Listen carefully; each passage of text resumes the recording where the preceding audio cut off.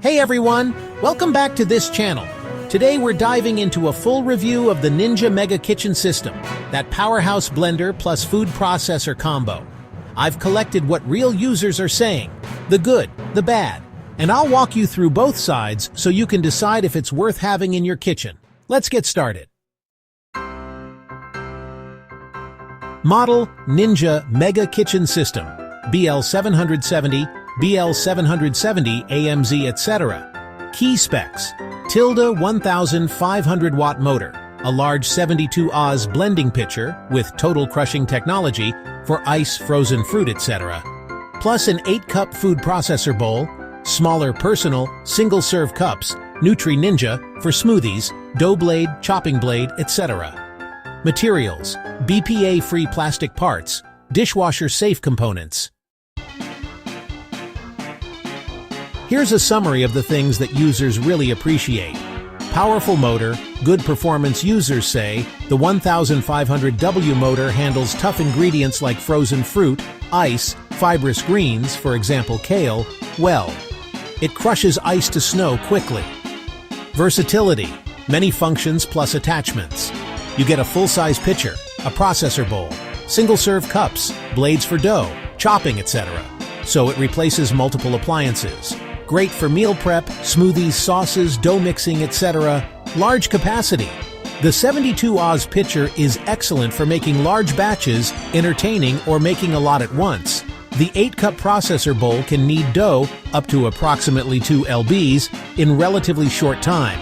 Ease of cleaning, dishwasher-safe parts. Many parts are dishwasher-safe. This cuts down on hassle.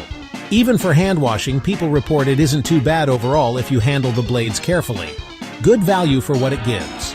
Users say that compared to buying separate blender plus processor plus single-serve cups, etc., this combo offers a lot. Here are the issues that come up repeatedly in real user reviews. Loud operation on noise level. Because of the high power and big motor, this machine is noisy. If you use it early morning or late at night, it might disturb others.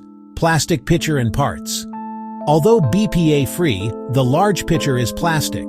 Some users prefer a glass or harder material to avoid scratching, staining, or potential durability issues. Size, footprint. It's bulky. Takes up counter space.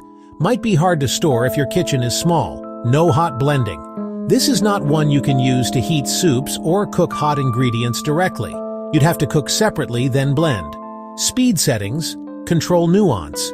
Users mention the presets. Functions are good, but there's not a super fine-tuned speed dial for gradual control. If you're making delicate blends or want slower textures, the options are more limited. Blade safety and cleaning caution. The blades are sharp. Care is needed when cleaning by hand. Also, shape of some blade assemblies makes cleaning certain areas tricky. Based on what people say, here's how I see the trade-offs, and when this product makes sense or doesn't.